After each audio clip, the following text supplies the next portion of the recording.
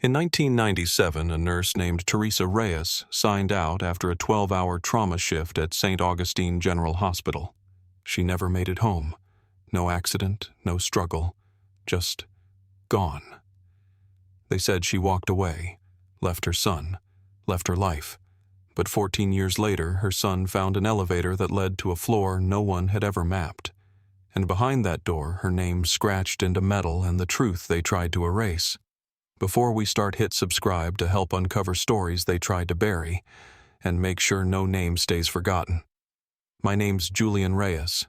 I'm 35 now, born and raised in northern Florida, same neighborhood my mother lived in, same hospital she worked in, and eventually the same place I ended up clocking in every night as a tech. I wasn't chasing her when I took the job, not at first. I told myself it was just convenient, good hours, decent pay, close to home. But truth is, I'd spent my whole life circling the place where she disappeared. The fourth floor used to be her unit. I can still remember the smell of her scrubs when she came home late, antiseptic and sweat mixed with that cherry lip balm she always used. She was the kind of mom who walked me to school even after night shifts. Never missed a birthday. Then one day, she just didn't come back. I was 11. They told me she left. Couldn't handle it. A single mom under pressure. That's what the hospital report said, voluntary departure. They even showed me the file once when I turned 18. Said there was no sign of foul play. She left her car, her purse, her coat. But that was all just paperwork. I remember the real part. She walked me to school that morning. Told me she'd pick me up Friday and take me to the arcade. She never lied to me, not once. For a long time, I didn't ask questions out loud. People don't like old ghosts, especially ones that work night shift. St. Augustine General isn't a pretty place. Built in the late 60s. Concrete everywhere. Buzzing lights. Half the floor tiles still bubble up after a hard rain. And the elevator system original. The key cards jam, half the buttons don't light up, and sometimes the floors don't match what's listed on the directory. Every hospital has some version of it. Forgotten wings, half-closed basements, storage spaces that haven't been used since the asbestos scares in the 90s. 2 weeks before it all started, I heard a janitor mumble something while loading carts near the service dock. Hope they don't lock the records back down in B3. I looked up. B3. I asked. He didn't answer. Just kept moving like he hadn't said anything at all. That night I stayed behind after shift. Pulled the map from a broken HR drawer nobody touched anymore, a copy from 1992. It showed the usual floors, basement, records, pharmacy. But down in the corner, printed in faint lettering, was a space I'd never seen before. B3 Archives Restricted Access. The next night I swiped my badge at the freight elevator. The panel buzzed. Red light, then green. I pressed the button that wasn't supposed to exist, and the elevator began to move, slowly groaning like it was waking something up that hadn't stirred in years. It dropped farther than I thought it would. The lights flickered. My radio lost signal. When the doors finally opened, the air that hit me was cold, dry, metallic, like locked file cabinets and old bleach. The hallway ahead was narrow, dim, unmarked doors on either side, thick steel, no windows, just black numbers stenciled on in paint that had started to peel decades ago. I took a step forward, heart steady but heavy, and then I saw it just ahead on the left, room B322. That was her last entry in the staff logs, and the handle was locked. That's when I heard it. A soft, mechanical click. Further down the hall, a door had opened on its own.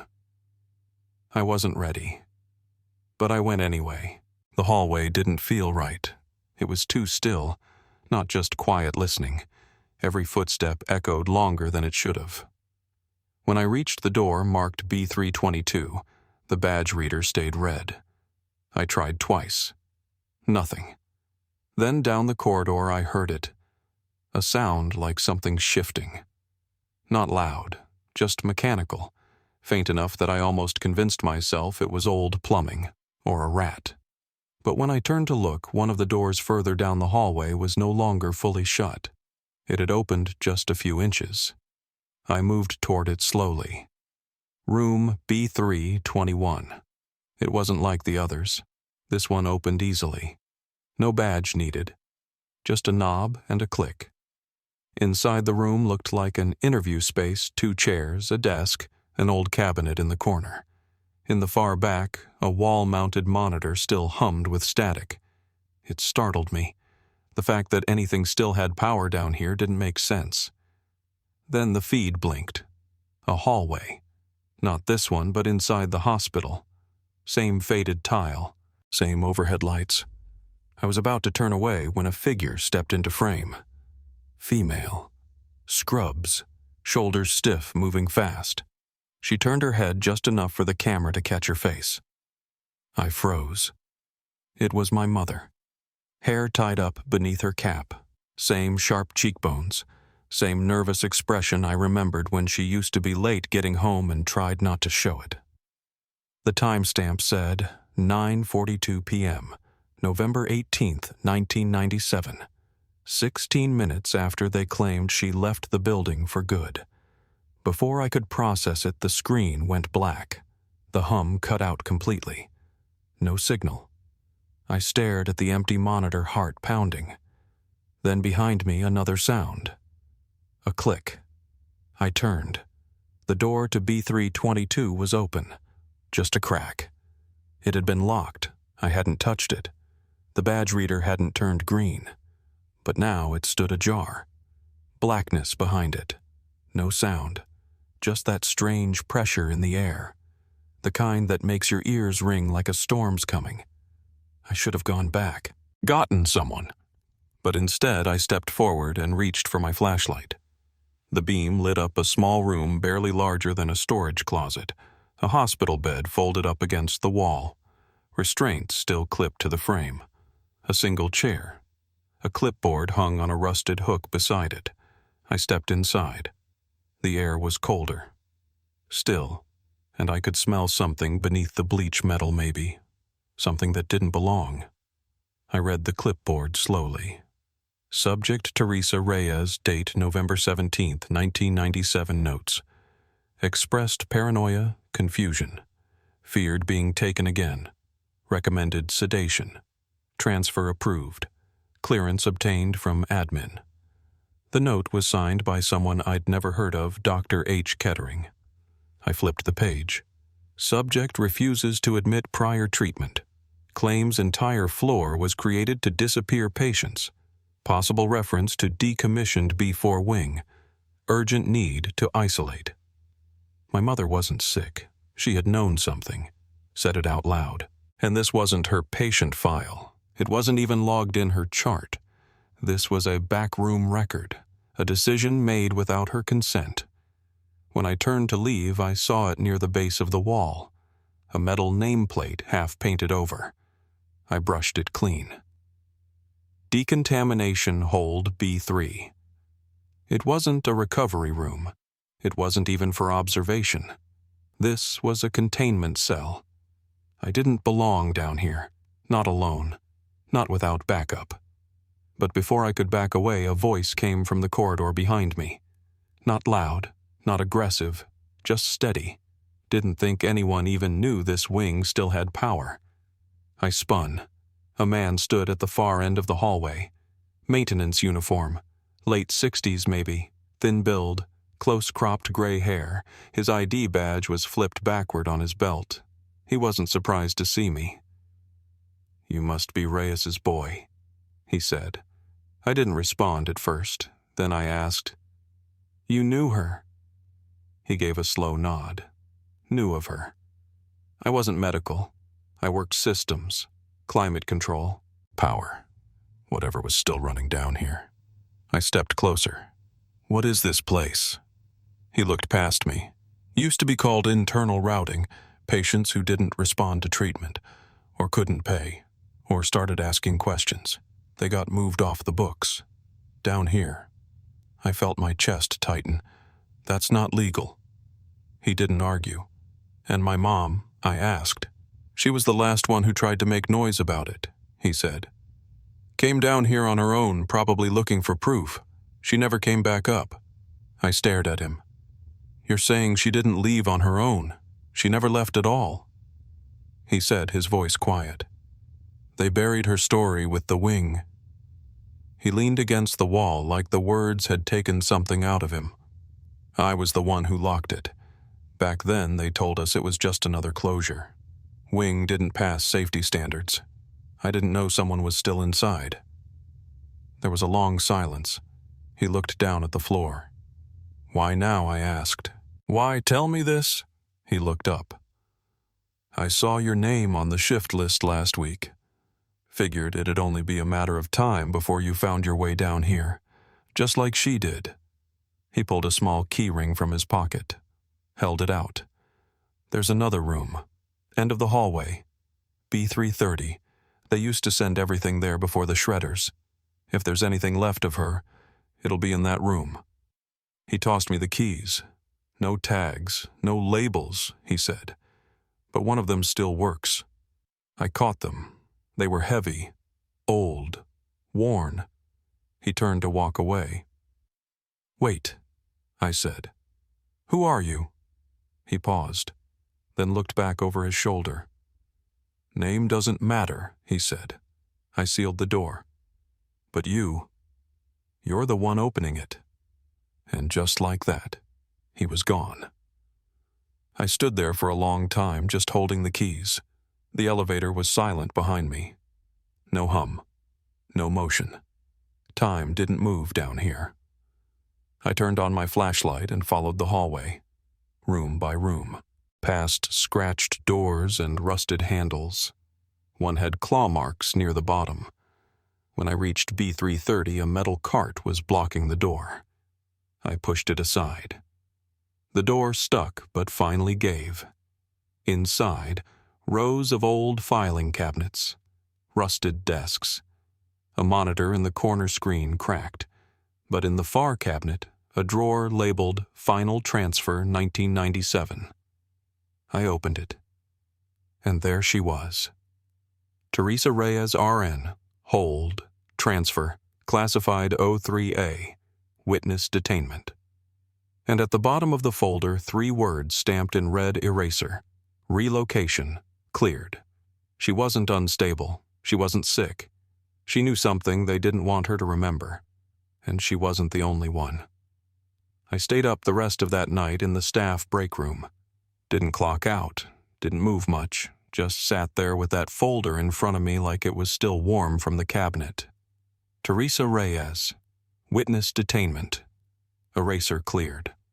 The more I read those words, the less they made sense, and the more they made perfect sense. The elevator hadn't made a sound in hours, and that part of the hospital, the part with no floor plan, no record, was behind a locked panel again by sunrise.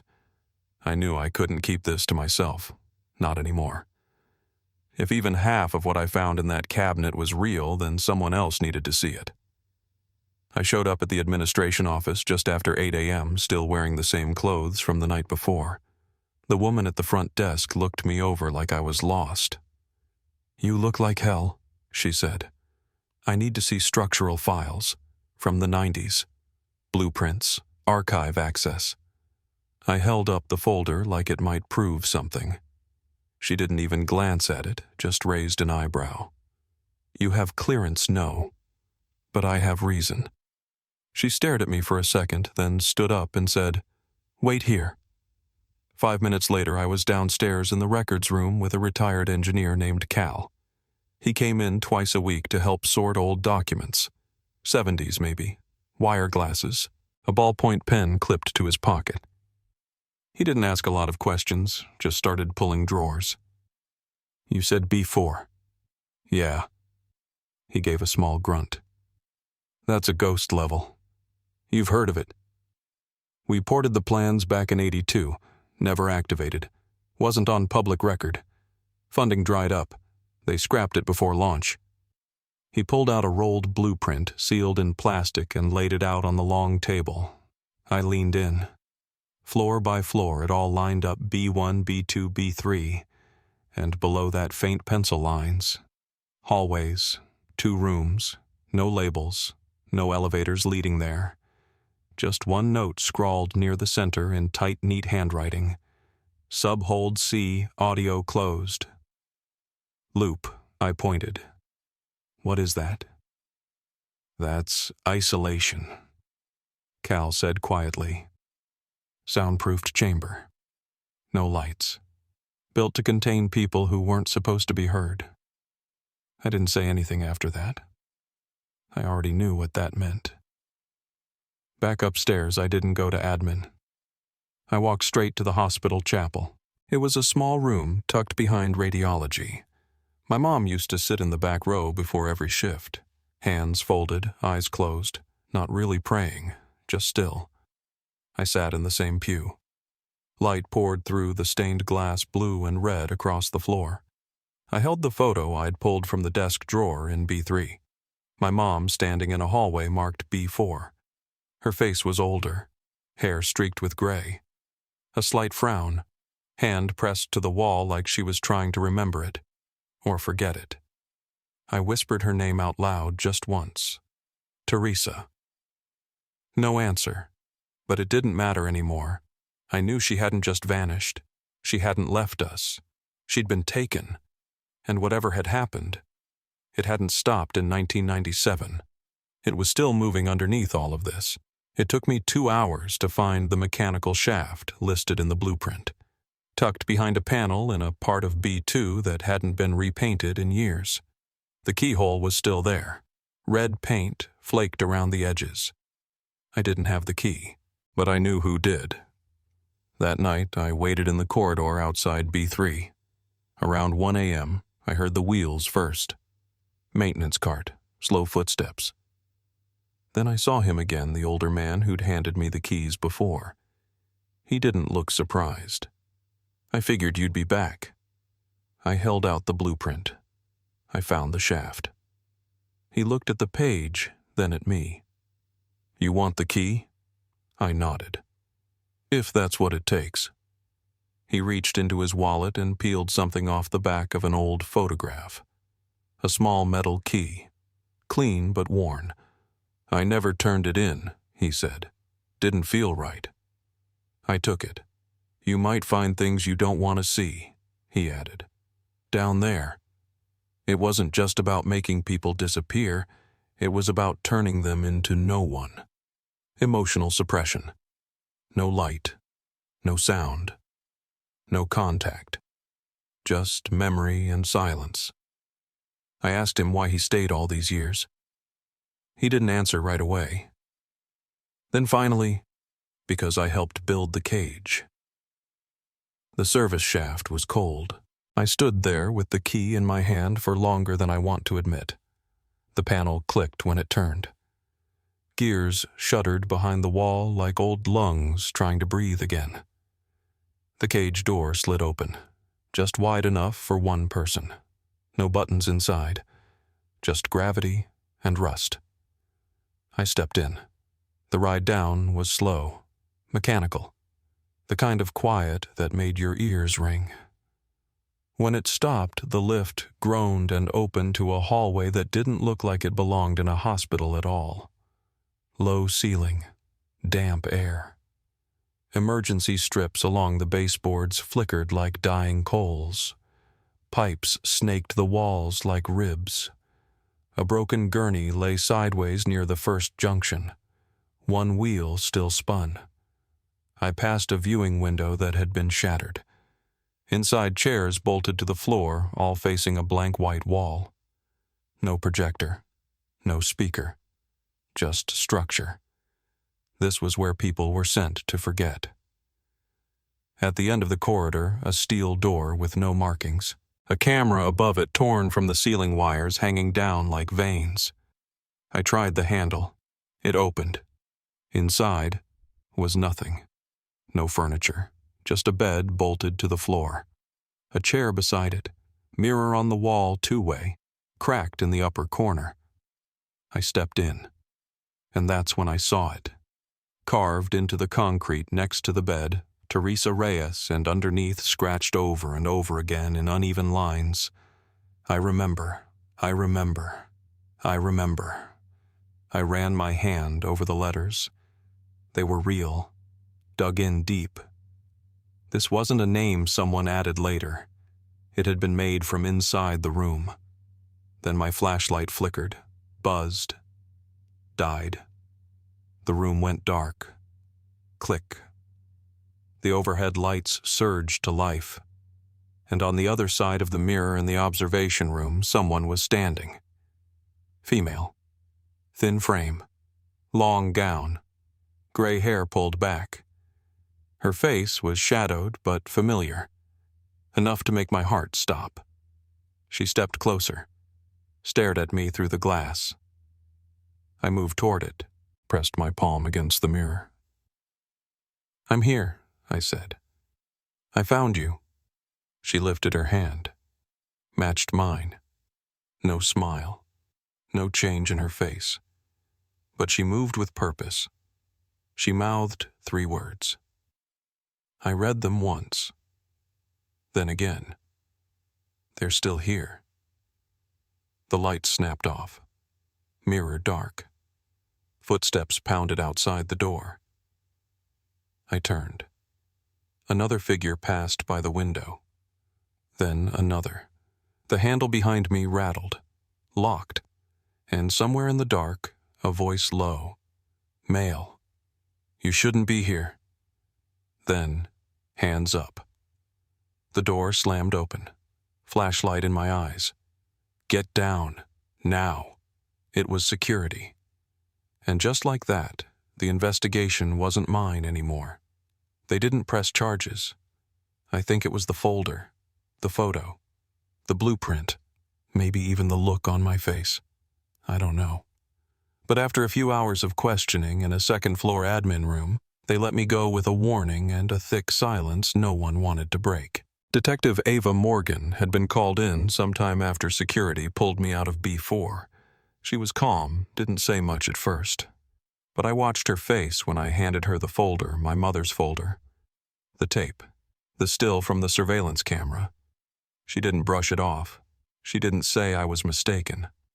She looked at the timestamp. "Your mother disappeared in November of '97, she asked. I nodded. She didn't respond right away, just said, "We reopened 3 cold cases last year. Same facility, same era. All staff, no trace." The board members who were sitting in the room with us shifted in their chairs like they didn't want to hear that part. I told her what I saw, the room, the restraints, the name carved into the wall, the woman behind the mirror. I told her everything. By the end of it, Morgan asked for a forensic entry. She called it a covert HVAC inspection. Nothing official, no press. Just a quiet request to look beneath the building where no one was supposed to go. They told me I couldn't be involved any further. The risk was too high, and the board made it clear I wasn't to speak publicly. Not yet. I didn't argue. But I didn't sleep either. That night, I booked a motel by the river. I lay there for hours, eyes on the ceiling, replaying the tape in my head. Her face, her voice. The last thing she mouthed, "They're still here." She hadn't said help me. She hadn't said I'm alive. She warned me. The next morning, around 6 a.m., my phone buzzed. Unknown number. I answered before the second ring. "Mr. Reyes." The voice said, "This is Detective Morgan. We found something." She didn't say more on the phone. Just told me to meet her at the staff entrance backside of the hospital. No press, no other personnel. She brought 2 techs with her, both in unmarked gear, and a sealed plastic evidence container. "We swept the area you entered last night," she said. "There's more than one room. Most are sealed. Some are half collapsed. But B330 was still intact." She opened the container. Inside was a cassette tape marked in black ink T. Ray's Observation Room. Nov 1997. Beside it, in another sealed pouch, a torn notebook page. I knew the handwriting the second I saw it. If someone finds this, I was never sick. I was never dangerous. I knew too much. They made me disappear. underneath a floor plan, rough hand-drawn. One room was circled, and in the margin another note wall left of mirror. Behind outlet. They didn't find it. Morgan showed me a photo from the sweep team. That same room. Crime scene lights pointed toward a gap in the wall just behind the outlet plate. Hollow space. She left it there on purpose, I said. She left more than one, Morgan added. We found signs of hidden notes behind a vent shaft inside a bed frame, as if she knew someone would come back. Back at the precinct, they played the tape in a secured audio room. I wasn't in the booth, but I was just behind the glass. It started with static. Then the sound of her breathing. Light, uneven. Then day unknown. I don't know if anyone will ever hear this. They told me I was being reassigned, but the doors never opened. I haven't seen the sun in days. I think they're testing something. Maybe time, maybe memory. I can't remember when I slept last. A pause. I'm writing notes, hiding them. I'm not unstable. They said I was. They say that word a lot, but I'm not. I saw the files, the real ones. There were 5 others. I remember their names. I remember what they were trying to forget. They're trying to make me forget too, but I can't. Another long silence. Then, if I don't wake up tomorrow, tell Julian I never left him. I never would have left. Click. That was it. No sound after. No timestamp. Just her voice, steady, clear. A voice no one had heard in 14 years. Morgan didn't speak. Neither did I. I sat in that chair until the room felt like it was closing in around me. That night, she gave a controlled statement to the press. The hospital board didn't say much, but the discovery of a sealed floor was too big to hide. They framed it as an investigation into unlawful historical practices. No active patients, they claimed. No risk to current staff. They left out every real detail. I stood outside the ambulance bay as the sun went down, holding the note in my hands. An older nurse passed by and slowed when she saw me. "You're Teresa's boy, aren't you?" she said. I nodded. She smiled faintly. She was kind. Brought me tea once when I passed out on a double shift. Everyone remembers that. I didn't say anything. Then she looked over her shoulder, lowered her voice. She wasn't the only one they buried, and kept walking. That night, I didn't go home. I sat in my car and watched the building I used to wander as a kid. The windows glowed like nothing had changed. At 11:13 p.m., my phone lit up again. Text from unknown. She's not in any of the rooms. No remains. No trace. It was from Morgan. I stared at it for a long time, then typed back, "She's still alive." I didn't know how I knew that. I just did. She had looked at me. Through the mirror. She knew me. She'd survived long enough to remember. And she left a map for someone to follow. That meant something. It meant she believed there was still a way out. After the second tape, things changed. Morgan didn't say it out loud, but I could tell this wasn't just a cold case anymore. Not to her.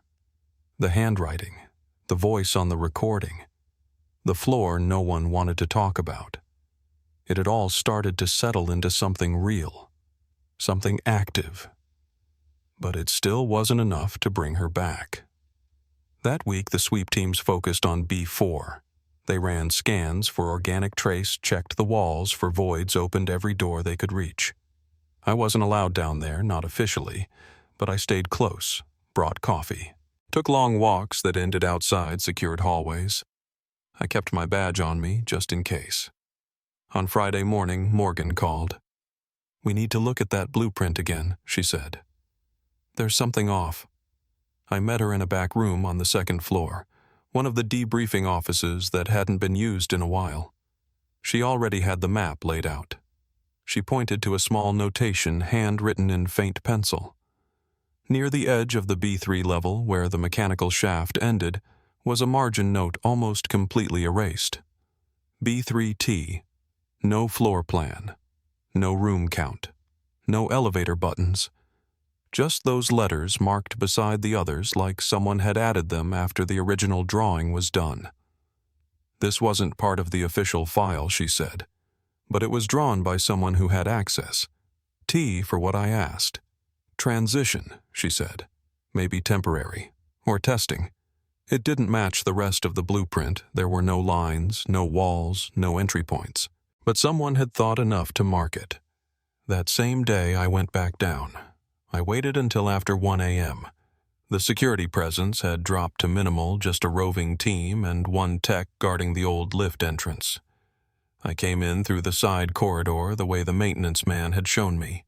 The elevator shaft key still worked. The ride down felt slower this time. When the gate opened, I followed the same path past the gurney, past the broken window. But I didn't stop at the observation room. I kept going. Toward the end of the corridor where a heavy utility door had been sealed shut last time I was here, the one marked B4 Mech. Now it was unlocked. The hinges groaned as I pulled it open. Inside, just a small square room. No markings, no lighting except for my flashlight. The air was damp, old. I almost turned back, but then I saw the vent, low to the floor, wide enough for an arm. The grate had been bent inward. I knelt down, reached inside. My fingers hit plastic, cold, tightly wrapped. I pulled it out. Another cassette. Taped to it something else. A photograph. Grainy. Black and white. It showed a woman much older now, standing inside that very room, her back straight hand pressed against the wall. A solemn look on her face. My mother. On the back, written in ink. They never stopped. Not after me. There are more. Find them. Save them. T. I didn't move for a long time. Didn't speak. Just sat there holding the cassette and the photo, letting my breath catch up. Back at the precinct, Morgan met me just after dawn. She'd been waiting in the audio review room, the same one where we played the first tape. She didn't ask how I'd found it. The tech loaded the cassette. Static. Then the same hum as before. But this time her voice was quieter. Lights haven't come on in 3 days. I can hear them through the vent. Moving. Talking. The others were taken first. One at a time. I think I was last. They couldn't get me to forget fast enough. They told me I was unstable, said I was confused, but I kept the names. I kept the dates. She paused. Then unstable people don't leave tapes. Julian, if you find this, don't let them erase me again. Don't let them erase anyone. A long silence, then a whisper. They whisper at night, behind the walls, still watching. The tape ended. Morgan turned to me. This wasn't just containment, she said. They were testing something. I nodded. She said there were others. We didn't say anything else right then, but we both knew what that meant. She pulled up a chair beside the evidence locker and started going through the old files again. The redacted ones from B330, patient codes, transfer approvals, classification stamps. One page after another marked with the same word, relocation. A few listed dates. Most didn't. I leaned over. One folder caught my eye, buried behind a drawer panel. Inside a single grainy still pulled from surveillance footage. My mother, seated in what looked like a medical chair, her wrists in padded restraints, hair pulled back, eyes open but unfocused. A date flashed on the bottom. 2002, 5 years after she disappeared. Morgan checked the cabinet number, matched the subject code. The file read, Subject 0417, RE Admittance, Nov. 1997, Reconditioning. Attempted cycle, 4 outcome, partial compliance, New identity, assigned family contact, prohibited. At the bottom of the file, a single line, status, redirected. Facility 42, monitored, stable. We stared at it for a long time. She got out, I said. Morgan didn't look up. She was reprogrammed, she said quietly. Memory wiped, identity replaced. They didn't kill her, they rewrote her. Outside, the sun was just starting to rise. Everything we'd found, every photo, every line of handwriting, every taped whisper, it all pointed to the same thing.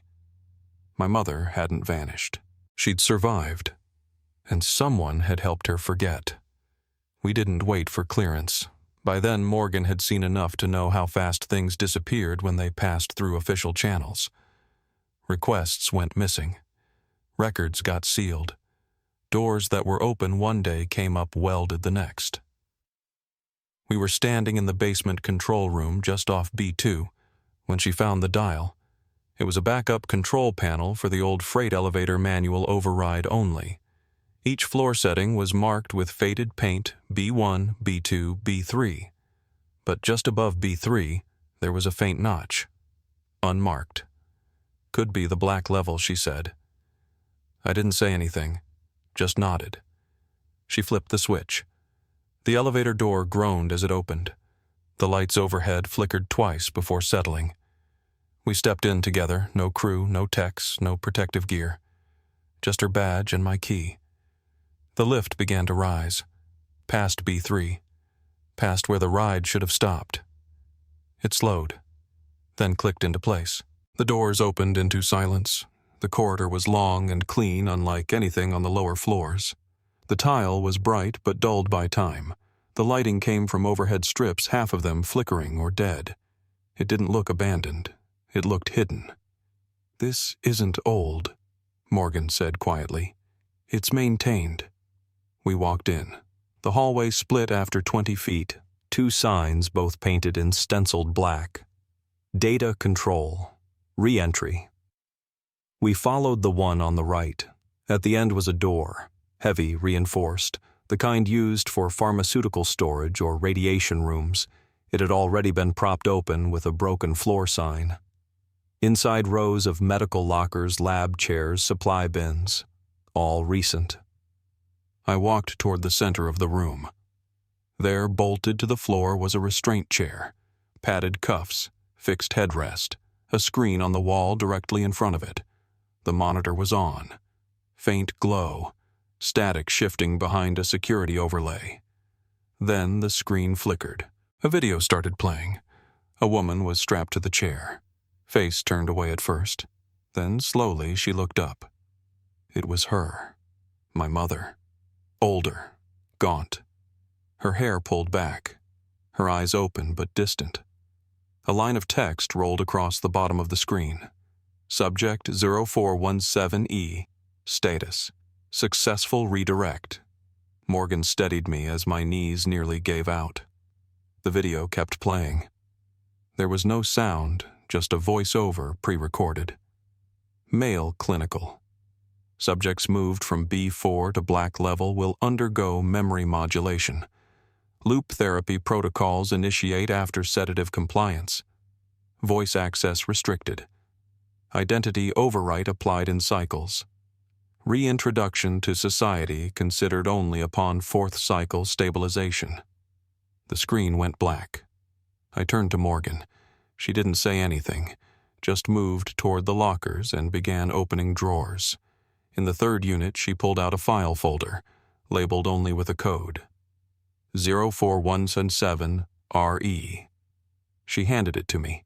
Inside, former identity. Teresa Reyes, unconfirmed, date of transfer, April 2001. Behavioral resistance, high cycle failure. 3 attempts reassignment. Elizabeth R. facility, 42 recall potential medium. High family contact prohibited. At the bottom, handwritten subject, retained long-term memory. Requires isolation review. Do not initiate additional contact. I stared at the last line. They didn't remove her. They rewrote her. Morgan stepped beside me. Her voice was low. "You ever hear of Project Eden?" I shook my head.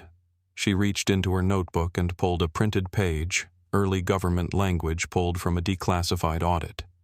Eden Early Decommissioned Neuralization, initiated 1989, 1993. Behavioral testing within secured medical settings. Civilian trials suspended indefinitely following breach reports. It started in military psych, she said, then got moved into private networks, hospitals, rehab centers, places that could pass as ordinary. I looked around the room at the empty chair, the screen, the patient lockers. This wasn't a hospital, I said. She didn't disagree. We spent the next hour pulling every subject file we could reach. Each one had only a number, no names, just years and classifications, over 100 between 1994 and 2006.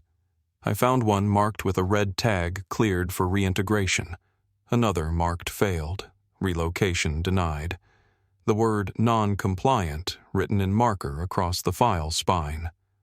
Morgan checked the timestamps. Most of these people were processed within 6 months of being flagged. For what I asked? Unclear, she said. Could be whistleblowers. Could be patients that knew too much. Staff even. Then, tucked behind the last row of lockers, I found it. A photo. More recent. Color print. My mother, gray-haired, thinner, standing in front of a flower bed. The kind they put in long-term care centers. She looked peaceful. Still. The back of the photo had a note. Elizabeth R. Facility 42 status monitored. Stable. I held it in both hands. Morgan stood behind me. She's still alive, I said. Her voice was steady. That's what it means. We brought the file and photograph back to the precinct. The next morning, we met with Agent Tillman from DHS. She didn't ask many questions, just listened while we laid out everything, the files, the footage, the tapes. When I finished, she folded her hands and said, "You've uncovered a containment breach." "She's my mother," I said. Tillman nodded once. She was not cleared for public reintegration. Any recall of her previous identity would compromise the program. Program, Morgan asked. Tillman opened a document binder. Facility 42 is privately operated. Low visibility. Secure. She's remained stable for nearly a decade. You knew where she was, I asked. We monitor all subjects assigned to post-cycle care. I stood up. I want to see her. Tillman didn't flinch. That will be determined by the review board. She's not a number, I said. She left messages. She remembers. That's precisely the concern.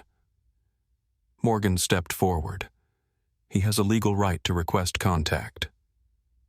There's an emergency hearing tonight, Tillman said. You'll be notified of the outcome.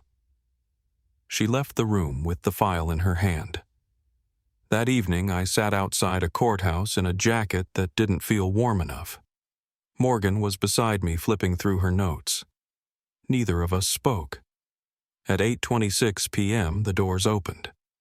A woman in a black blazer stepped out carrying a form.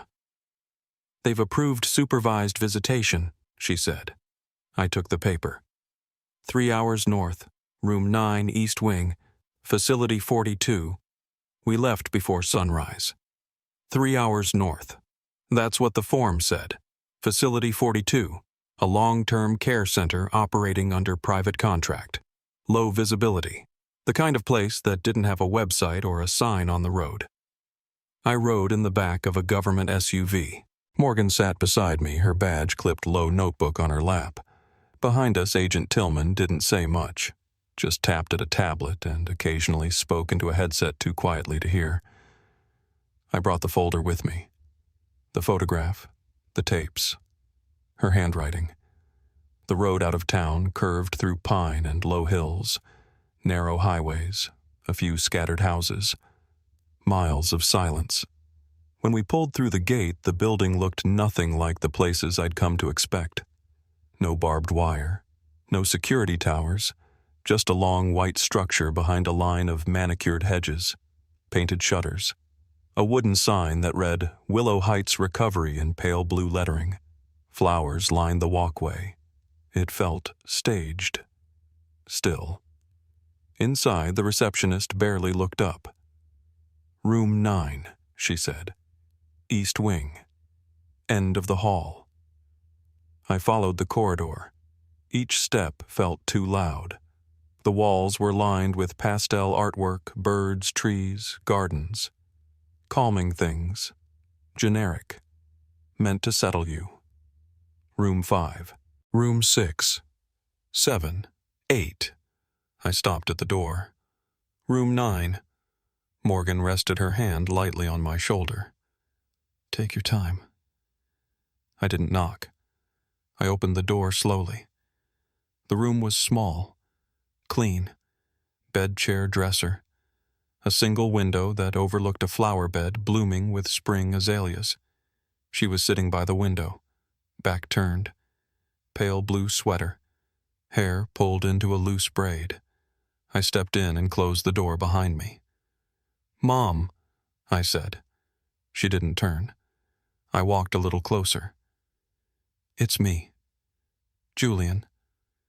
Still nothing.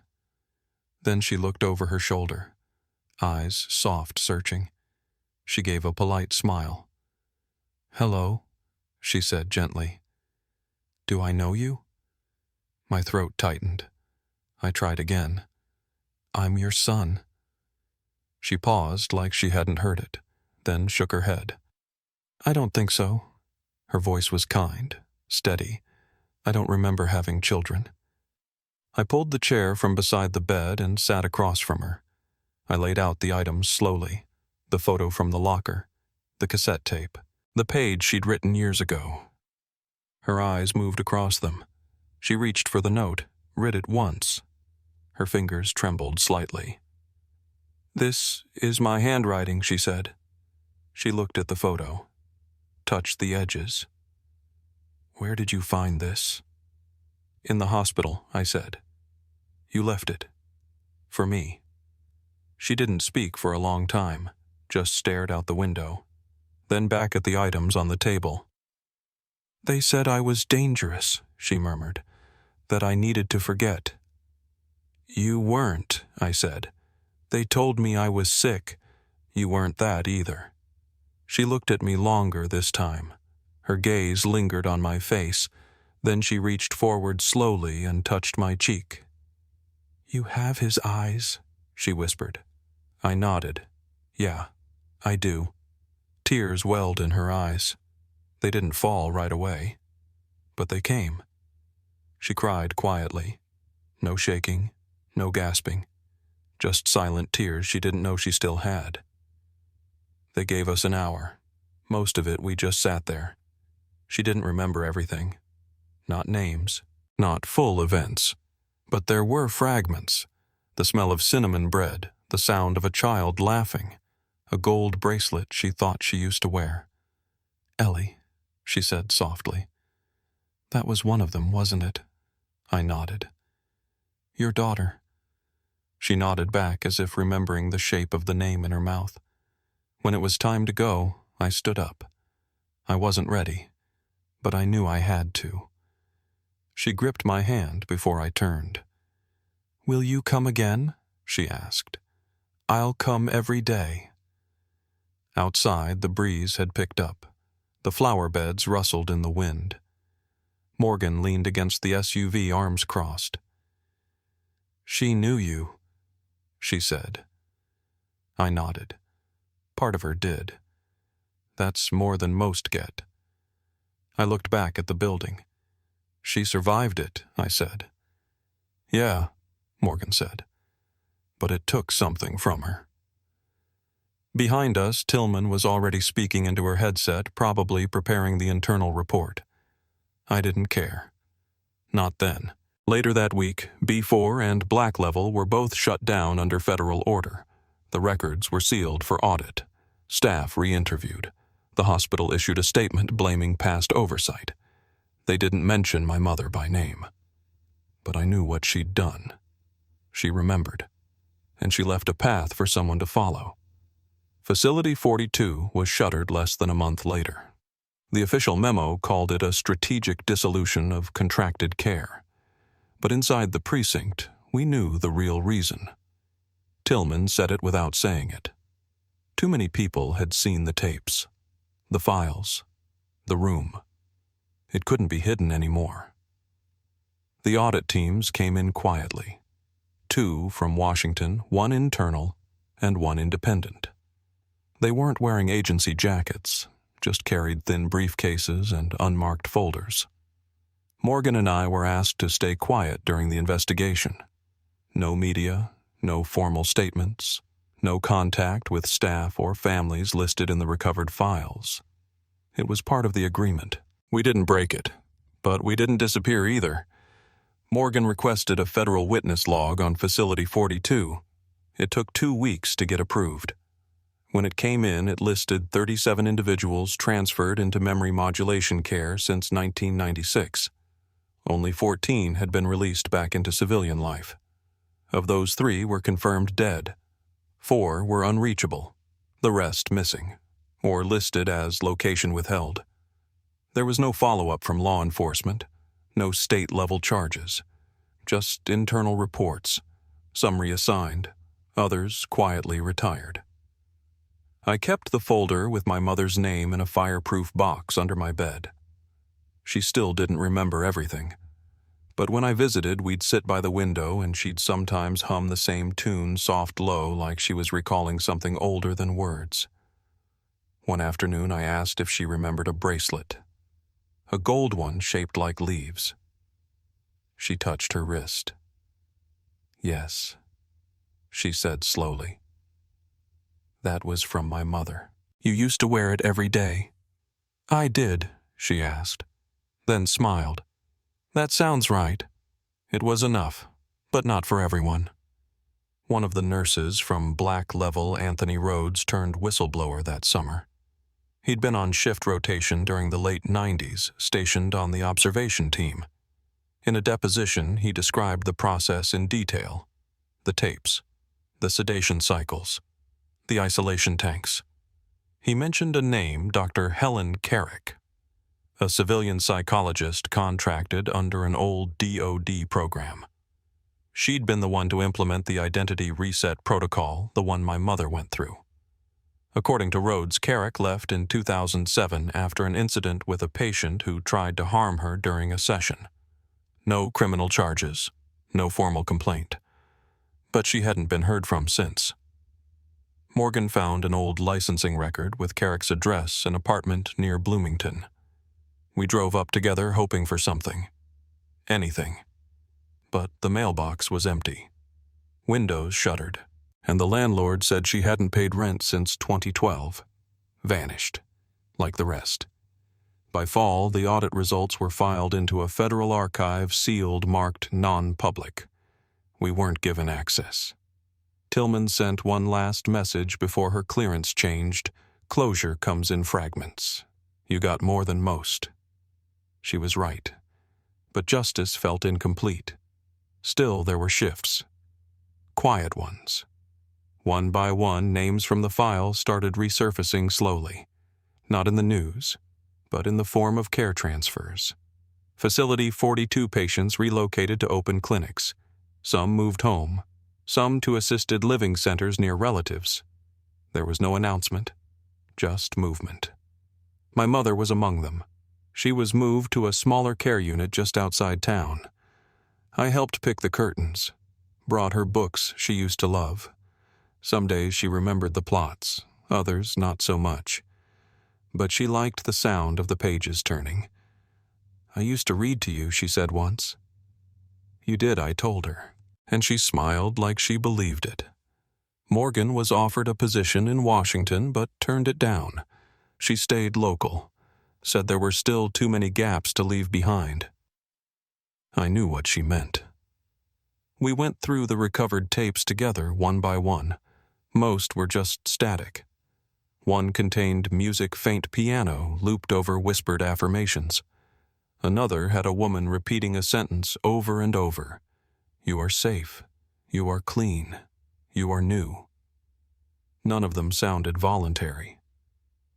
Late that winter, I received a manila envelope in the mail. No return address. Inside a photograph. Faded but familiar. It showed a young woman, brunette, early 20s, sitting beside a gurney, her arm bandaged, her face swollen but alert. On the back, one word, Ellie. There was no explanation, no location, just that name. In handwriting I recognized. My mother's. I stared at the photo for hours that night, trying to see through the grain, wondering what it meant. Was she alive? Was this the clue my mother had left to keep going? Morgan said not to jump yet. It could be misdirection, she warned, or planted. I nodded, but I kept the photo close, because if the system could take one person, it could take more. And if there were others out there forgotten, reprogrammed, renamed, then this wasn't over. Not yet. Some nights I drive past the edge of town and keep going. There's a stretch of highway just before the hills start to rise, no signs, no lights, just trees pressing in on either side. That's where I usually pull over. I roll down the windows, let the air come in, and I listen. It's not for a sound I expect to hear. It's just the only place quiet enough to remember her voice. My mother still lives not far from me now. She has a room at a smaller care facility just south of the county line. The nurses there are kind. They don't know what she lived through, only that she sometimes wakes in the middle of the night whispering names that don't appear on any of her paperwork. I visit twice a week. Sometimes she knows me. Sometimes she doesn't. But she always smiles when I walk in, like something inside her still recognizes home. I've stopped trying to force the past back into shape. Some things return in pieces. Others stay gone. Morgan still works local cases. We check in often, compare notes, pass old documents back and forth when new threads come loose. She tells me that whistleblower protections are stronger now, that maybe we helped move the needle even if just a little. But no arrests were made, no trials. Facility 42 is gone, the names of its operators buried beneath layers of contracts and sealed agreements. Eden was never mentioned again in public records. Sometimes justice doesn't look the way we think it should. I've learned that memory, real memory, doesn't vanish cleanly. It leaves edges, fragments. Even when rewritten, it tries to find its way back. That's what happened to her. To us. My daughter Ellie will never meet the grandmother who once baked cinnamon bread every Saturday morning. She only knows the version who listens quietly, asks the same question twice, and hums lullabies no one taught her. But Ellie still hugs her like she matters. And maybe that's enough. The truth didn't bring everything back. It didn't restore the years or undo the damage. But it gave her back her name, her place. And it gave me a reason to keep asking even when the answers led nowhere.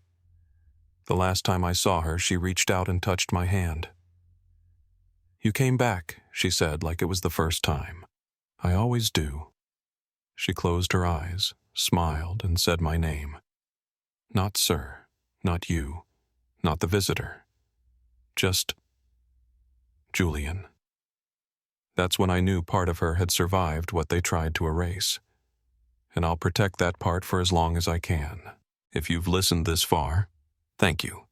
And if this story stayed with you, maybe consider sharing it so no name gets left behind.